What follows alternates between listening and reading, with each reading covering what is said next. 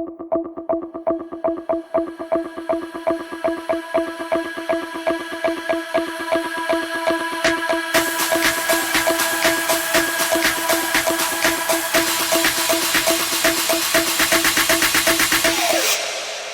everyone, and welcome back to the latest episode of the Writers Podcast. I have with me a fourth-time returning guest, JP McLean. Hello, JP. How are you doing? Hey, Lou. I'm great, thanks. Things are fine on the island still? Things are gorgeous. Everything is flowering. It smells luscious like roses and lilacs. It's just beautiful. Cool. And you haven't had any forest fire smoke or anything like that of that nature? We did have a little bit of smoke coming in, but just one day. We've had weeks of it in prior years, but thankfully so far we've only had one day, and it was just a haze on the horizon. So yeah, we were pretty lucky. Like, I'm just north of Edmonton, and so I'm just below all the forest fires there, but to the north and the west. But the smoke, for some reason, just kind of curled around us for everything except maybe 2 days. And I saw like Calgary, and I heard that it was even went as far as Ontario. So wow, it's crazy times. Geez, in the winters it's too cold to go out, and then now in the summers it's too smoky. So can't win. Geez. So we're going to find out, you've been continuing with your series, and you have 2 of them. And I do. You want to quickly name those for our listeners? Sure. The first series that I wrote is called The Gift Legacy, and it has 7 books in it. And the second series that I'm still writing is called The Dark Dream Novels, and there are 2 books, and the third will be coming out sometime this fall. And I should also say that just to introduce myself, my name is Joanne. I write under the initials JP and my last name is McLean, because Joanne is spelled so many different ways. I found a new spelling, as a matter of fact, last week. I got an email from a Joe space A-N. Oh, wow. So that was the first time I've ever seen that one. So like, it's Joanne with a hyphen, Joanne without a hyphen, Joanne all one word, Joanne capital E, Joanne no E. It's just everywhere. So that's why I use JP McLean, and that's where you'll find my books is under JP. Right. Okay. Very good. So, Joanne, why don't you tell the listeners a little bit about yourself? All right. Well, I live and work full-time from my home on a tiny little Gulf island. It's called Denman Island. It's a northern Gulf island that's nestled close to Vancouver Island, about halfway up if you're looking on a map. And it is I think the latest census, we've got 1,400 people living here now, which is up from the 1,200 last time. It's become a very popular spot. I think through COVID, a lot of people actually moved to their cottages that were here.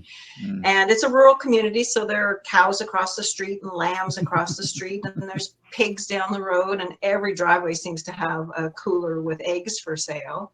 And every Saturday there's a market, a farmer's market at one of the local schoolyards, and a great place to live. Just a great place to live. Sounds very rustic. It is. It's ferry bound too, which is it's not for everyone. Waiting for ferries to get on and off the island gets to be a bit of a pain, especially in the summer months. But it's just the price you pay for living here. Yeah, I think the last time we talked, I don't know if I mentioned it to you, there was a series we were watching, me and my wife, called Shetland, where it was about an island community, and it sounded like the same sort of vibe that what you have, because they had to take like a ferry to get to the mainland and things like that too. So and what was it about, the Shetland? Was it a murder mystery series? No, it was about a police inspector. It's just finished 6 seasons, and the seasons are like 7 or 8 episodes, and then the star of it has just left, and I think they're going to do another season, but with another lead, this time a woman inspector instead of a male inspector. So that'll be interesting to see how that plays out.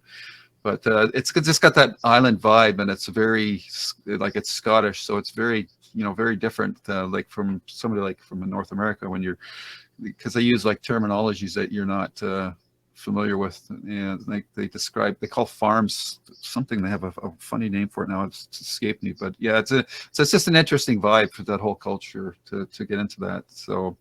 Well, you've been a good source of TV programs to watch, because I watched Midnight Mass after you had recommended that. Did you like that? Yeah, I did. I really liked it. Yeah, he's got those other 2, The Haunting of Hill House and The Haunting of Bly Manor, are also, Hill House is, of course, based on the Shirley Jackson novel, and Bly Manor is just sort of like based on the works of James Joyce. So it's yeah, two great I've series. written those down.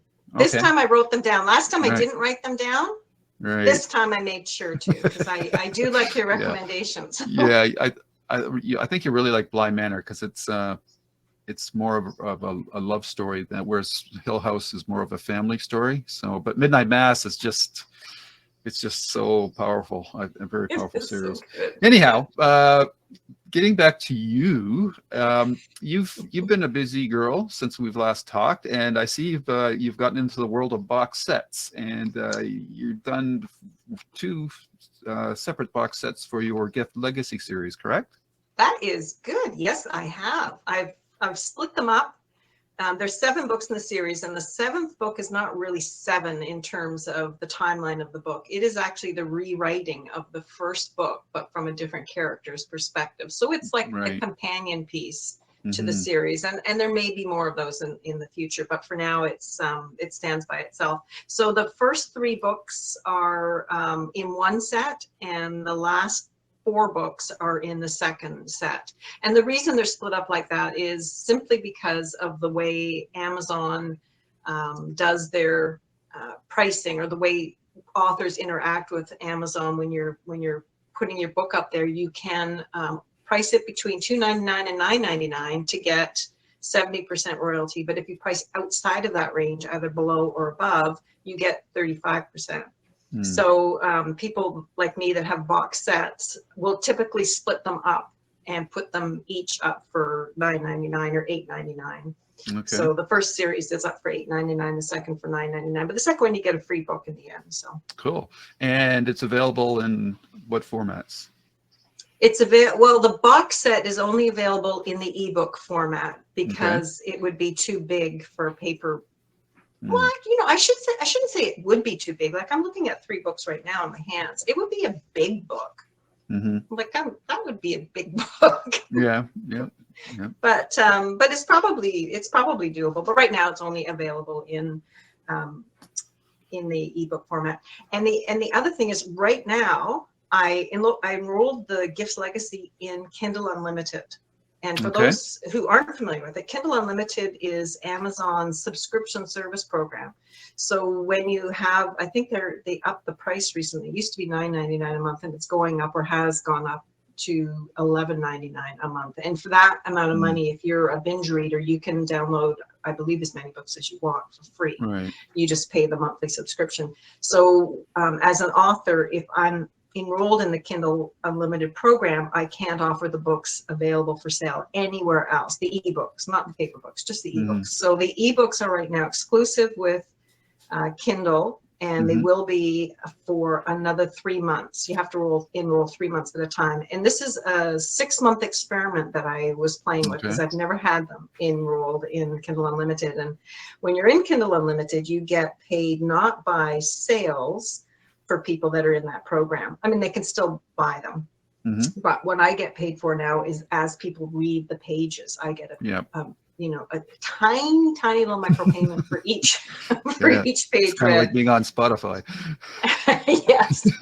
And then the other thing I get is the opportunity to run countdown deals and still maintain that 70% royalty. So I can put the books down to 99 cents and still get 70% of that 99 cents. Whereas if I'm out of the Kindle Unlimited program and put my book down to 99 cents, I get 35% royalty. So it's a little bit of an advantage, worth trying, I think. Yeah. How long have you been in it?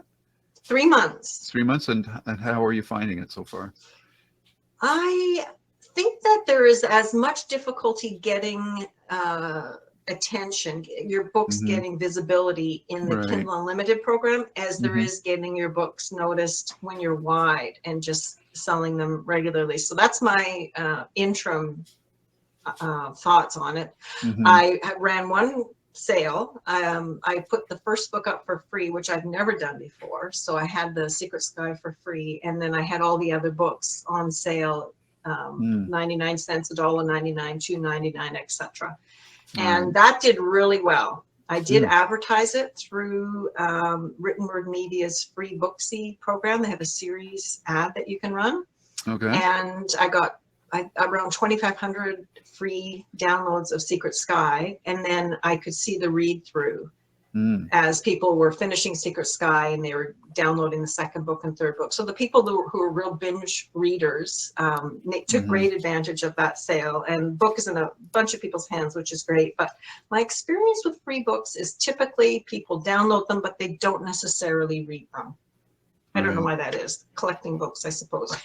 Yeah, there's something about the motivation for reading something that you get for free versus something that you pay for. I just think that you want the value for the money that you spend. When it's free, it's kind of like, oh, I can read this one other because I don't have any skin in the game on that. So it's an interesting dynamic, and a lot of times it's just timing. And if you hit a certain, I don't know, lightning in a bottle moment, you might have more success with it than normal. But yeah, it's a new model that is I think it causes a lot of stress for a lot of people. But I think the biggest thing that you mentioned is the visibility factor, and that doesn't really matter what format you're in, but that's always going to be the paramount thing for having success with your books, regardless of the platform. So yeah, I agree. So that's your, I guess, legacy series. And I should have asked you off the top before you got into all the things. Can you give us a little, your elevator pitch for that series for people who are not familiar with it? Yeah. This is Emmeline Taylor's story, and Emmeline is part of a secret society, but she doesn't know it yet. The secret society. That's how secret it is. So secret she doesn't know. She it's a secret society of people who live and work on the West Coast, and they can shed gravity and fly, and they can shed gravity because of a gene that they've inherited. And so Emmeline does not know that she's inherited this gene because her mother isn't a flyer and her father was, and her father has passed away. And so she doesn't know about this, and she just keeps losing gravity. And so her life has been rather comical in growing up, in that she's had to continuously keep herself weighed down so that she won't just go floating off. And then she finally gets tired of it and returns to her home on the coast, her cottage on the coast. Her mother and her live in Toronto at that time. And that's where she has a colossal accident from floating away and ends up in hospital and is discovered by this society. And from there, she slowly learns to fly, and she learns who these people are, and some of them are good and some of them are bad. And of course she has to tangle with the best or the worst of the worst ones and the best of the best ones. Okay. And that series is, now you consider that series complete? I do. Each book is standalone. And it tells a complete story. There's no cliffhangers in it. And at the end of the 6th book, it wraps up. But I did leave a couple of trapdoors in there. I could open them and write side characters or write companion pieces. I'm not doing that right now. I really wanted to stretch a little bit as a writer and write some different stuff. So the Secret Sky series is written entirely from that one character's first person perspective. It's Emmeline Taylor talking about me and I. And in the second series, I decided to challenge myself. So it is third person and 3 different characters' perspectives. So the first book is 2 women and a man, and the second book is 2 women and a different man, and the third book is 2 women and another different man. So there are always 3 people, and the stories kind of twist together in the Dark Dream series. So all right, and what's that elevator pitch for that one? Oh, okay. Well, actually gonna have to read that one because I just found a really good one. Oh, that's somebody. You write all these. You write tons of them, and then you forget. Right. Okay. A young woman who bears a chain of scarlet birthmarks that snake around her body is thrilled when, one by one, the marks begin to disappear, until she learns that a killer is stalking her, and her marks are the only thing keeping her alive. And the great titles for this one too. Like your latest book behind you is Ghost Mark. Yep. And what was the previous ones to that? Blood Mark was the one previously, and this one, I just love the cover for that one. Nice. Yeah. And and the new one coming out sometime this fall. I don't have a date on it yet because I've got a new editor and I'm not quite sure how that's going to turn out. So Okay. the new one should be out this fall, and it's called Scorch Mark. Okay. And Not question mark, as we were previously discussing. Oh, okay. Right. I'm still waiting for skid mark, but we'll see about that. You're my husband. Exactly the same thing. That must be a guy thing. Same thing. You know, those screeching tires that leaving a black mark on the pavement of the road over a cliff or something. We'll see. So you're 3 books into that series now, and do you know how many books you have in total planned for that series? I don't. I had it was such a schmozzle, the first book. I started off as a one-off with Secret Sky. And then I realized, oh, this is a trilogy, and I rebranded it as a trilogy. And then I wrote a 4th book, which blew the trilogy out of the water, and then just started calling it The Gift Legacy. So I'm not really good at determining how long a series is going to be, so I don't do that anymore. I just say it's a series. There's room for more books. I could write more books. In my mind, though, I'm thinking I want to write about witches and warlocks, I think, next. Yeah, that was really intriguing me right now. So I'm putting some ideas down and I was thinking I might write an older character, because there doesn't seem to be a lot of books written about older characters. So I'm thinking like 50-year-old woman, maybe. Very cool. And do you have any other projects in mind, besides the witchcraft and your Mark series? Not writing projects. No. Short stories, I'm always picking away at short stories. Oh, okay. I give those away for free. So I do pick away at short stories. And I did write another one very recently in response to a picture prompt. Okay. And that was fun. I actually enjoyed doing that. Short stories are not my forte. They are very difficult. It's difficult to get a whole complete story compact in 1,500 words or 5,000 words. So that's a challenge for me to do, and I like to challenge myself. But that's it. I'm not really doing anything other than those. Okay. So during COVID, I was asking you how that had affected you, and listeners can go listen to those podcasts to hear about that. But I'm curious now, in the post-COVID world, has things changed for you at all? Do you feel more free, more liberated, or is writing become easier, or has it stayed the same for you, or how has life in this world affected you? The distraction of COVID has gone away. Like that was eating up a lot of headspace, right? And the constant worry and checking on my parents and my family, that worry has gone away. It's not that COVID's gone away, it's still here. Right. There's still people getting sick from it on our island even, but it hasn't consumed me, hasn't consumed my creativity. It's funny how fragile creativity is for me. Like if I'm upset about something, I find it difficult to sit down and write creatively. I can do other kinds of writing, like I can do the marketing part of the job, but when something is impacting me emotionally, it's hard to do the creative part.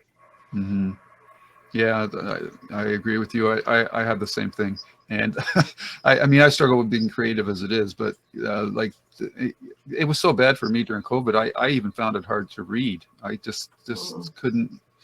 I was just like, this mental weight was just dragging down any sort of desire to get out of my own head into something else. And I know that people all reacted to it differently. Some people thrived on it. Like, I can't believe, I think I mentioned this to you before, but fantasy writer Brandon Sanderson wrote like 5 books, extra books outside of his contracted books. So it was just unbelievable. And then other people had a hard time with it. So yeah, it's interesting how we all react to it. Have you come out the other side of it now? I'm starting to read more, so I think that's good. But yeah, I do think I'm coming out of it now, and my interest in other things is, my concentration's back, I guess is the best way to put it. So whatever distractions, like you said, were there from COVID, they seem to be lifting, which is great. So And maybe using it as a crutch, and it's time to kick it away. Well, we can always replace it with worries about, fires and Fires, smoke. yeah, ceiling depth, and Oh, no. yeah. Yeah. So I think that's everything I've got to ask for you this time. Is there anything that hasn't come up that you would like to mention at this time? No. The Denman Island's having a Reader Writer Festival coming up Oh, in July. July, Yeah, very cool. And I yeah. assume that you'll be taking part of that?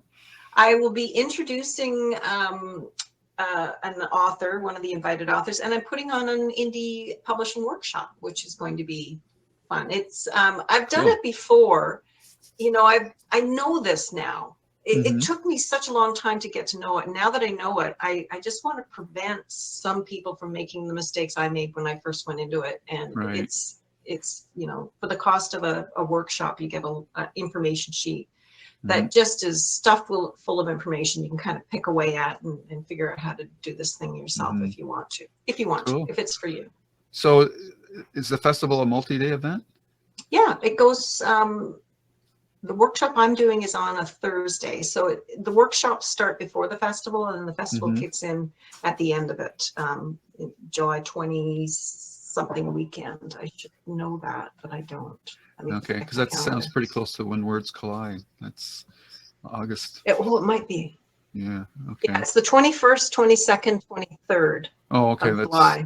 Yeah. I think it's before. When Words Collide's the first weekend in August, I think. Yeah, So. that's the last When Words Collide. That's so sad. Yeah, well, the last with the current committee, they're hoping to have some other organization pick it up, but we'll have to see. Oh, that would be nice. Yeah, it'll be good. It's going to be in person this year. It's been the last 2 years. It's been virtual, so it'll at least they'll have their swan song in person instead of over Zoom. Yeah.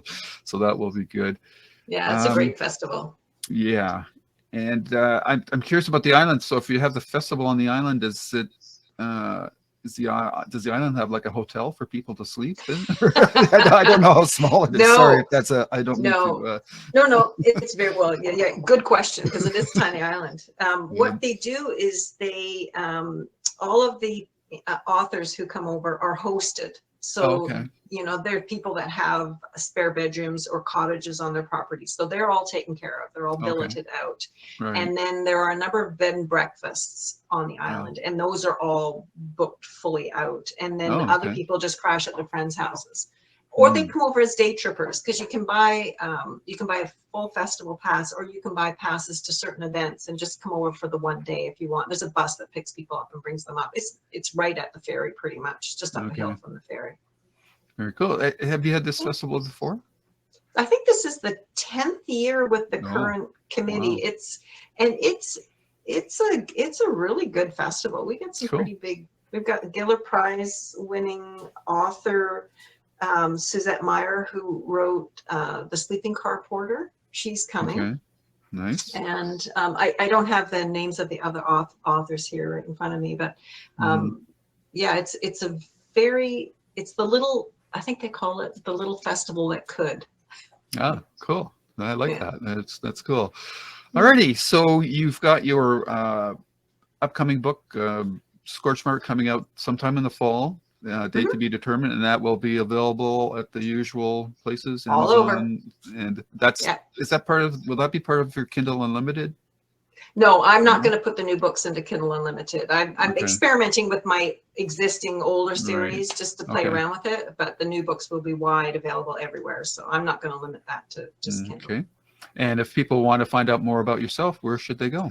jpmcleanauthor.com. There you go. And I'm assuming you have a mailing list that they can sign up for and all that. They can, and if they sign up, they get a bunch of free short stories.